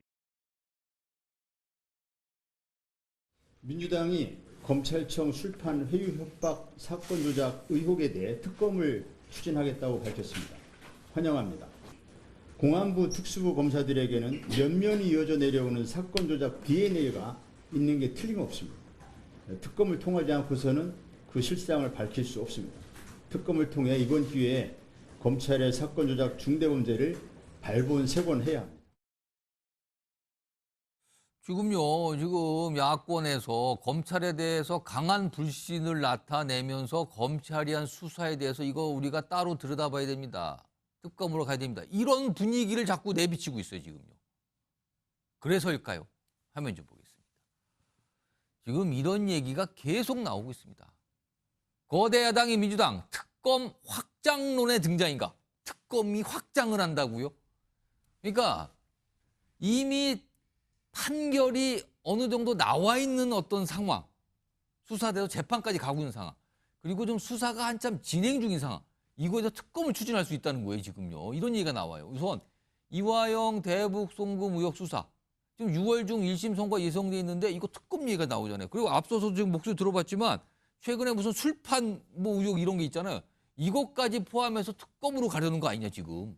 또 조국 대표 관련 지금 입시비리 수사잖아요, 지금. 이거는요, 조국 대표의 경우 2심까지 나왔어요. 그리고 부인인 정경심 씨는 대법원의 유죄가 확정이 됐습니다, 지금. 근데 특검 얘기가 나와요. 그리고 울산시장 선거 개입 의혹 이 수사 관련해서는 지금 황운하 의원 방금 나왔잖아요. 1심에서 유죄 나왔어요, 지금. 근데 지금 이것도 특검 대상 아니냐고 또 나오고 있어요, 지금 야권에서는. 박찬 교수님.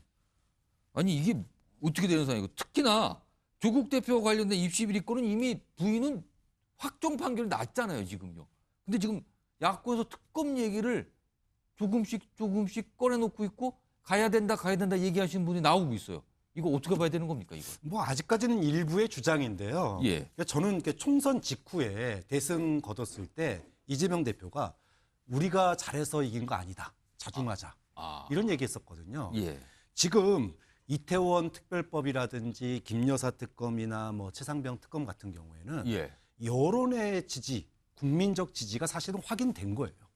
여권에서 일부 그 소위 세력을 제외하고 예. 심지어는 여권 내에서조차 이거 받아야 되는 거 아니냐는 목소리가 나올 정도입니다. 예. 그렇기 때문에 이거 강행 처리해도 박수 받는 거거든요. 분위기가 이건 이미 조성돼 있었다. 그렇죠. 그것들은. 그런데 그런 내용들은. 이거 외에 다른 부분들도 강행 처리하면 박수 칠까? 이거 아직 확인된 거 없습니다. 지금 몇몇 사건 보면 뭐 1심, 2심에서 유죄가 나와서 재판이 진행 중인데 이걸 들여다보겠다는 얘기잖아요. 그럼. 그러니까 저는 상황 증거라든지 또는 국민에 대한 어떤 그 공론화 이런 부분들이 더 쌓여야 돼요.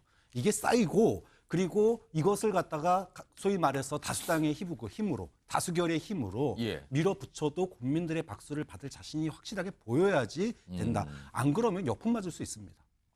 이거 그러니까, 위험하다 이거는. 네, 저는 민주당이 지금 이재명 대표가 총선 직후, 대승 직후에 했던 말을 지금이야말로 되새겨봐야 된다고 생각해요. 다수당의 힘을 쓸 때는 확실하게 쓰지만 그 힘을 쓸 때까지는 국민의 여론을 또 확인하고 또 확인해야 됩니다. 그거 잘 해야 저는 박찬대 체제가 오래 갈 수 있다고 봅니다. 근데 박찬대 새 원내대표가 뭔가 살짝 얘기를 해서 뭐 국회의 역할을 해야 된다 막 이런 얘기를 지금 하고 있단 말이에요.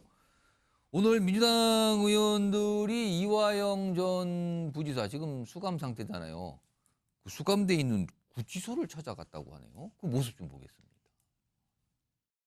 집단 판사입니다. 지금 저희들이 들어가겠다라는 그런 지금 꿈을 상황을 좀 확인한 다음에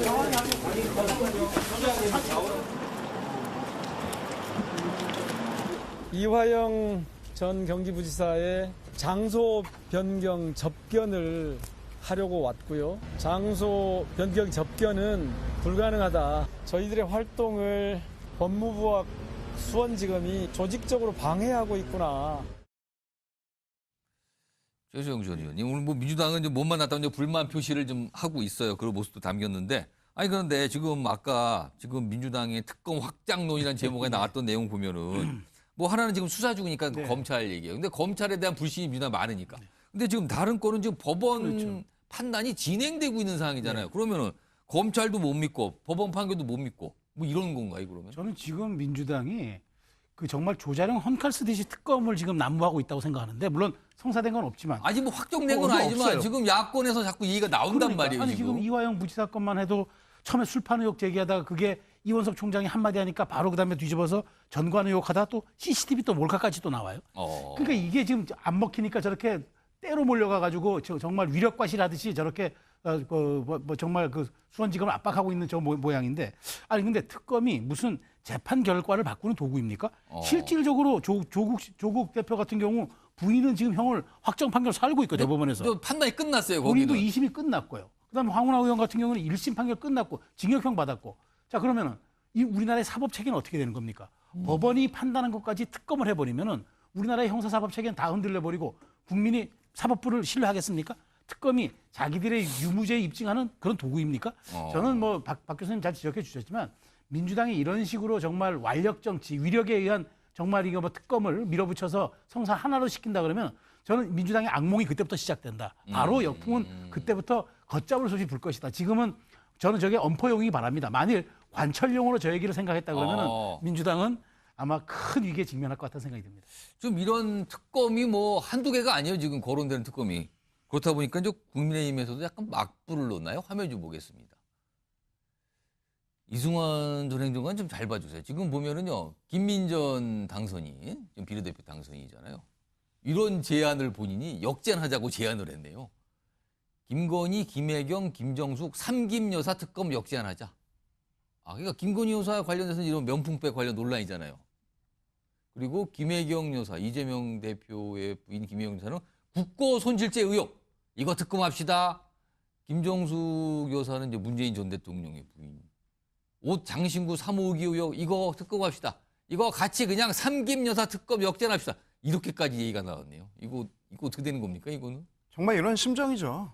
이런 심정인데 저는 아무리 그래도 정치가 법치의 기준을 벗어나면 안 되고 그리고 국민의 선출을 받은 국회의원들이 그 품격을 저버리면 안 된다고 봅니다. 지난 국회가 내내 비판받고 했던 게 정말 방탄 우선주의 때문에 민주당의 방탄 우선주의 때문에 아닙니까? 뭐 어떤 법안이나 단식이나 뭐나 다 하면은 다 방탄 시기와 그 타임라인에 맞춰져 있었는데 이번 국회는 시작도 하기 전에 특검 만능주의가 시작될 것 같아요.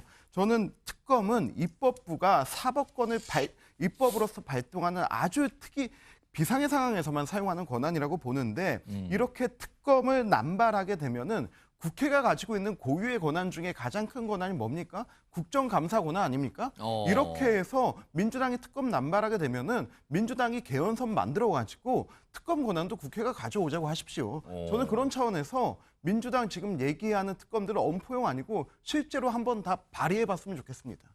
발의해봐서 저는 국민의 판단과 국민의 심판이 굉장히 냉정하다고 생각하거든요. 저는 그 심판 안에 놓이게 될 것이라고 생각하고요. 이번 총선에서 우리 당은 정말 회초리 맞았고 참패했습니다. 그렇다고 민주당 마음대로 하라는 것은 아닙니다. 근데 이러한 부분을 조국 황우나 이런 당선인들이 자신의 사법 리스크를 벗기 위해서 이러한 특검에 올라탄다라고 하는 것은 대한민국의 사법 체계를 붕괴시키는 것이고 대한민국의 국가 근본 자체를 정말로 무너뜨리려고 하는 국회발 국정농단이라고 생각합니다. 자, 이런 상황에서요. 가수 조영남 씨가 최근에 뭔가 불만 표시 또는 한탄 이런 표시를 좀 했어요. 그래서 약간 좀 뒤늦게 좀 주목을 받고 있는데 조영남 씨 목소리 좀 들어보겠습니다. 우리는 우리 국민들은 기소하는 날 방송 내려왔어요. 이건 난 자격이 없는 사람이구나 해서 하차했는데 근데 이 조국 이재명 같은 사람들은 왜 기소가 되고 형까지 떨어졌는데 그럼 어디 가서 하소연해야 돼 내가? 자, 화면 좀 보겠습니다. 이거 뭔가 불만 표시인가요? 뭐 이런 걸 하는 것 같네요. 화면 좀 정리 좀 해보겠습니다.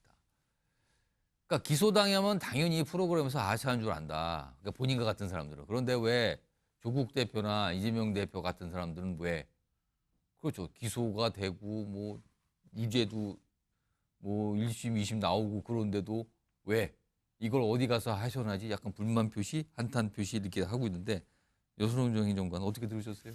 약간은 뭐 조영남 배우 뭐 심정은 알겠지만 약간 부정확하고 약간 부적절한 비유인 것 같다. 그러니까 정치인과 연예인의 공통점 중에 하나가 뭐 이제 대중의 인기를 먹고 사는 직업이잖아요. 그래서 여론에 굉장히 민감할 수밖에 없고, 그러니까 조영남 배우 사건처럼 현직에 있는 정치인이 뭐 그런 불법 위법 논란이 있으면은 바로 그냥 아웃됩니다. 그러니까 현직에 있는 정치인이 갑자기 만약에 음주운전을 했다, 그럼 바로 아웃이에요. 근데 지금 계속 이제 뭐 이야기 나오는 거는 그 국민의힘 또 민주당에서 특히 이제 막 약간 뭐 위법 사법 리스크 있는데 왜 계속 정치하냐 약간 이런 투인 것 같아요. 근데 이제 뭐라 그럴까요? 연예인들이 약간 수익 활동이랑 정치 활동이랑 약간 좀 다르게 좀 봐야 될 측면도 조금 있는 것 같고, 그리고 연예인들도 뭐 음주운전 하다가 갑자기 이제 방송에서 하차하고 나서 뭐 얼마 안 있다가 컴백해가지고 다시 또 문제가 되는 경우도 있잖아요. 그러니까 무조건 이제 아예 뭐 쉬는 그런 경우는 아니니까 약간 뭐 비유가 좀 맞지는 않는 것 같다 이런 생각이 드네요. 아, 이거 적절한 비유가 아닌 것 같다는 의견이신데 저 최수영 전 의원님, 조영남 씨의 저런 약간 비판하면서 한탄하는 것 같기도 한데, 그러니까 정치권에서 실제 뭐 과거에 논란이 있어도 공천받고 당선되고, 그리고 뭐 이게 이제 조국 대표가 한 말이잖아요. 비법률적 명예회복이라는 명분으로 정치에 뛰어드는 모습. 뭐 이런 거에 대한 약간 비판적인 입장을 낸 걸까요? 저는 충분히 조영남 씨 항변이 일리 있게 들렸습니다. 그러니까 뭐냐면은 물론 지금 우리 여행정관 말씀하신 것처럼 사실은 이제 이 정치인과 그 연예인이 비슷한 것도 있지만 다른 것도 있어요. 그러니까 그 다른 것은 뭐냐면은 이제 그 한쪽은 인기를 먹고 사는 건 똑같지만 한쪽은 대중에서 반발이 확 이제 올라오면은 바로 이제 무대 뒤로 나가죠. 왜냐하면 이제 그거는 이제 그 방송사들이 혹은 이제 그런 이제 수익을 내는 구조와 이게 연동되니까. 근데 정치는 수익 구조는 없어요. 그렇지만 정치는 우리가 이제 똑같이 얘기하는 게 무죄 추정 원칙이라는 게 있지 않습니까? 그래서 3심 판결이 나올 때까지 기다리는데 연예인은 약간 그런 다른 점은 있어도 저는 그런 거죠. 연예인이라고 그 비법률적 방식을 왜 회복하고 싶은 생각이 없겠습니까? 근데 연예인들은 그런 통로가 매우 제한돼 있고 그 정치인들은 일종의 팬덤이라든가 어떤 그 여론의 흐름에 올라타면은 충분히 그런 것들이 명예회복도 이루어지고, 실제로 지금 우리가 조금 전에 특검을 다뤘습니다만은 내 죄가 진짜 있는지 우리 특검에서 한번 다뤄봅시다라고 말을 해도 먹히는 상황이 돼버렸어요.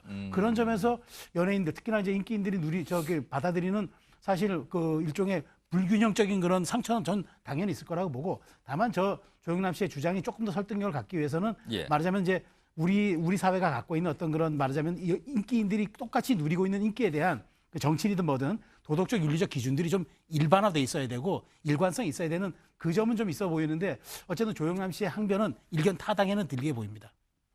그러니까 본인은 뭐 기소만 돼도 방송 다 그렇죠. 하차하고 뭐 바로 다 끝나버리는데, 그러니까 본인이 방송 활동하고 있는 건 본인의 활동 무대라는 거죠. 근데 아니 정치인은 왜 활동 무대에서 그대로 남아 있는가 논란이 되고 문제가 발생을 해도 그거 같은데요. 박지원 교수님 어떻게 들으셨어요? 조영남 씨 얘기나 앞서서 우리가 봤던 특검 전국 얘기나 이게 예. 맥이 같아요. 왜 맥이 같냐 하면은 우리 정치권의 원죄입니다. 검찰총장이 현직 검찰총장이 바로 대통령으로 자리 이동을 하면서 생긴 일이에요. 물론 그 전에도 정치인들이 뭐 기소되고 재판받고 또 나중에 정치인 되고 이런 일들이 많이 있긴 했지만 지금처럼 기소돼도 아무렇지도 않은 분위기가 형성된 것은 검찰은 중립을 지켜야 된다라고 하는 게 역대 국민들의 어떤 신앙이었어요. 그런데 이 신앙이 검찰총장이 대통령 특정 정당의 후보로 대통령이 당선되면서 예. 검찰에 대한 신뢰, 검찰 수사에 대한 중립성이 신화가 깨져버린 겁니다. 진영 논리의 어느 한쪽으로 들어가 버렸어요. 그래서 그 진영에서는 검찰을 신성시하고 예. 반대 진영에서는 그 검찰 수사에 대한 맹목적인 불신이 있습니다. 결국은 이 검찰총장 출신의 대통령 직행이 이 검찰 수사의 검찰의 기소가 이거는 정치적일 수 있다라고 하는 근거를 깔아버렸기 때문에 지금 특검 전국도 바로 거기서부터 출발할 수 있는 거고 그다음에 조영남 씨의 발언도 기소가 됐는데 왜 떳떳하게 다 나오냐는 것도 검찰에 대한 불신에서부터 나오는 거예요. 그렇기 때문에 저는 뭐 우리거는 정치권이 안아야 될 숙제라고 봅니다. 검찰총장을 바로 대통령으로 뽑은 예. 우리 국민들과 정치권이 검찰의 중립화와 검찰에 대한 신뢰를 앞으로 어떻게 예. 우리가 쌓아 나갔을지 이거 제로 베이스에서 다시 쌓아야 돼요. 그 정도로 어려운 문제입니다. 이게 지금 뭐, 그러니까 좀 이번 총선 과정에서 많은 분들이 갸우뚱하는 뭐 이런 모습들이 있었잖아요. 아니 이거 어떻게 이런 일이 있었죠? 라는 것 중에 여러 가지 현상도 있는데 그런 현상을 좀 지적을 하면서 얘기를 한 것 같기도 하고 오늘 좀 주목을 좀 받았습니다.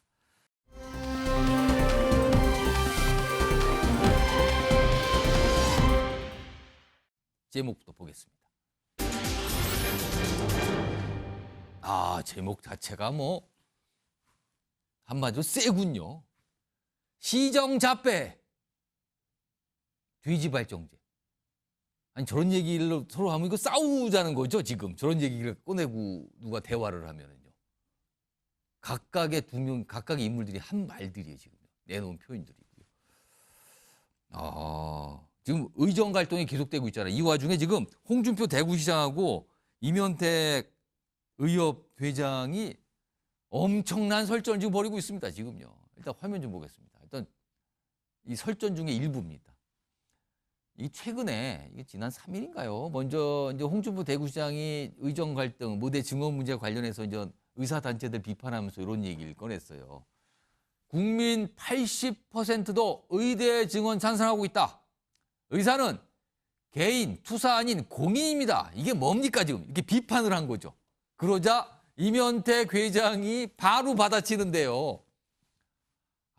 홍준표 대구시장이 정말 싫어할 것 같은 그 표현을 바로 쓰네요. 돼지 발정제로 성범죄 가당한 사람이 시장? 기가 찰 노리자. 이렇게 쏟아냅니다. 그러자 홍준표 시장 다시 반응을 보이죠. 음해로 인신공격, 저열한 인성을 가진 전 이게 싸움이 커지는 거예요. 이렇게 되면은. 저열한 인성을 가진 사람들이 하는 짓이다. 시정잡배나 다름이 없다. 이거 이면택 회장을 겨냥해서 시정잡배, 저열한 인성 뭐 이렇게 단 거잖아요. 이면택 회장이 썼던 이 돼지 발정제 관련해서 사실 홍준표 대구시장이 과거에 이제 여러 차례 해명 설명을 해놨잖아요. 그 목소리 좀 들어보겠습니다. 그 저끼리 해가지고 돼지 발정제를 저끼리 누가 구해가지고 줬던 모양이야. 줬는데 그게 암돼지 발정제가 아니고 수돼지 발정제야. 그게 내가한테는 안 통하지. 내가 한 것도 아니고 하숙집에 이런 일이 있었다. 나중에 생각하니까 큰 범죄였더라. 그걸 썼는데 그 못된 놈 한 놈이 내가 무슨 강간 미수범이나 생각한다. 저렇게 이제 해명을 했어요. 근데 이거를 이면택 의협회장이 파고든 거예요. 그러면서 이제 싸움이 설전이 커졌죠. 이승환 전 행정관. 지금 사실은 이게 의정 갈등 그리고 의대 증원 문제와 관련된 얘기를 하면서 시작된 거잖아요. 근데 이렇게 서로 공격과 표현을 주고받게 되면은 내용은 진짜 정말 하나도 안 보이고 이건 막말만 보이는 거 아닙니까? 이렇게 되면은. 우리 사회 최고 오피니언들께서 최고 지성인들 아닙니까 지금?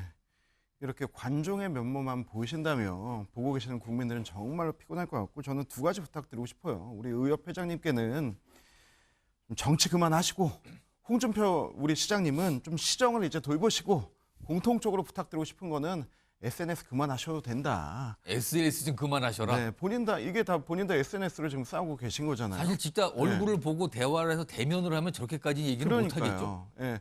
의협회장과 대구시장이 앉아서 대구 경북 지역 의료 현안 문제 가지고 점잖게 토론하고 이게 정말 의사 몇 명 증언 필요하다. 아니 이거 이 정도로 된다라고 그런 모습을 보는 게 정상적인 모습이지 본인들의 분노 해소와 감정 해소를 위해서 저러고 국민들의 심기를 정말로 지저분하게 만드는 대화들을 주고받는 아니 게 처음에는 의정 갈등 얘기를 하다가 이제 엉뚱한 데로 가는 것 같아요 지금. 네. 만나서 대화하시자. 세상은 키보드 밖에 있다라고 하는 명언을 다시 한번 좀 돌려드리고 싶습니다. 세상은 키보드 밖에 있다. SNS 좀 그만하세요라는 말씀이신데 여소롱 전 행정관. 아니 그렇더라도 지금 의대 증원 이 문제는요 지금 갈등이 안 풀리고 있잖아요 지금요. 그냥 대치 상태 쭉 이어지고 지금 환자들은 굉장히 고통받고 힘들어 있고 이런 상황인데 이런 설전이 지금 의정 갈등 푸는데 뭐 조금이나 도움이 됩니까 이게 지금? 더 악화되겠죠. 사실은 홍준표 시장이 뭐 그동안 계속 이제 너무 센 말들을 많이 했는데 저도 비판을 많이 했지만 이 부분에 대해서는 사실은 굉장히 순한 맛을 보여줬거든요. 그러니까 중재의 메시지를 던진 거죠. 타협했으면 좋겠다. 국민들이 찬성하고 있지 않냐. 이렇게 그냥 순하게 어떻게 보면 이야기를 했는데 이명택 회장이 너무 세게 받았어요. 그러니까 사실상 인신공격을 한 거죠. 과거에 홍준표 대장이 그냥 설명을 했던 그 얘기를 딱 꼬집어낸 거죠 지금. 그리고 또 본질도 아니잖아요. 어쨌든 홍준표 시장은 의정 갈등, 의료 공백 이 부분에 대해서 뭔가 뭐 잘했으면 좋겠다, 했으면 좋겠다 이렇게 이제 이야기를 한 건데 괜히 딴 이야기를 한 거예요. 이명택 협회장은. 사실 이명택 협회장의 이런 뭐 너무 공격적인 발언들이 처음이 아니고 예전에 영수회담 때 대통령과 이재명 대표 만나가지고 의료개혁 관련해가지고 뭔가 진전을 이뤘는데 거기에 대해서도 대통령과 이재명 야당 제1야당 대표를 십상시에 놀아나는 약간 무능한 지도자로 규정했었거든요. 뭐 아무 의미가 없다 뭐 이런 식이었죠. 정치인들은 빠져라 뭐 이런 식으로 계속 대응하는 게 과연 뭐 지금 의정 갈등을 해결하는 뭐 그 대화를 기다리고 있는 자세냐 전혀 그렇지가 않고 굉장히 계속 뭐 싸움만 하려고 하는 것 같다. 특히나 지금 정부는 한 발 물러섰잖아요. 굉장히 어쨌든 막 뭐 2,000명에서 뭐 2,000명 아래로 뭐 1,000명, 1,500명까지도 이야기를 하고 있는데 무조건 0점, 원점, 0명, 원점으로만 해야 된다 이런 주장을 하고 있으니까 굉장히 대화가 안 되고 특히나 홍준표 시장은 받아가지고 이명택 회장한테 좋을 건 별로 없을 것 같다 이런 이야기 좀 드리고 싶습니다. 최수영 의원님, 이게 뭐 날선 설전이고 참 이게 그런데 두 인물 중에 그래도 누가 조금 더 너무 나간 것 같습니까? 저는 당연히 이명택 회장이죠. 왜냐하면 이 돼지발정제 얘기가 사실은 이게 말하자면 이것만 놓고 보면 마치 가담한 것처럼 보이는데 홍준표 시장이 이걸 막지 못했다고 지금 한탄을 하고 있는 거거든요. 본인이 그런 해명을 계속 그런데 이제 했어요. 그 자서전에 쓴 건데 근데 그걸 가지고 갑자기 뜬금없이 여기서 상대방의 가장 아픈 부분을 그것도 사실관계도 정확하지도 않는 걸 가지고 마치 가담한 것처럼 이렇게 의사가 더더군다나 돼지발정제라고 이런 소재를 끌어대는 순간 그러니까 말할 자격이 없다라는 얘기를 하고 싶었던 걸까요? 그러니까 그 얘기를 하고 싶었는데 의사의 입에서 돼지발정제가 나오고 거기에 가담한 사람이라고 규정하는 순간 홍준표 시장이 논리적인 되겠어요. 저는 평소 홍준표 시장이 저도 SNS 글에 대해서 많은 비판하는 편이지만 홍준표 시장이 이렇게 돼지발정제라는 것을 훅 들어오면은 그다음에 이분이 논리적이 될 수가 없죠. 그다음에 이분도 똑같이 이제 감정의 고조가 이루어져 가지고 이른바 뭐 품격이든 뭐든 다 사라지는 건데 이건 좀 임 회장이 좀 너무 나갔다고 봅니다. 박상현 교수님 한 30초 남았는데 딱 한 말씀만 해주시죠. 냉정해야죠. 싸움 말리려고 개입한 거 아닙니까? 그러면 냉정해야지 왜 본인이 거기서 멱살 잡고 쌍욕합니까? 저는 이면택 회장은 이에 갈등의 당사자예요. 감정이 격해져 있습니다. 거기에서 싸움 말리려면 냉정해져야 됩니다. 이해와 중재와 타협을 우리 정치인들이 지금부터 여야 할 것 없이 냉정하게 그 갈등을 좀 조정하고 타협을 이끌어내서 국민들의 의료 불편 빨리 해소해줬으면 좋겠습니다. 알겠습니다. 냉정하자. 그리고 SNS 좀 그만했으면 좋겠네요. 뭐 이 정도 결론이 되겠네요, 지금요.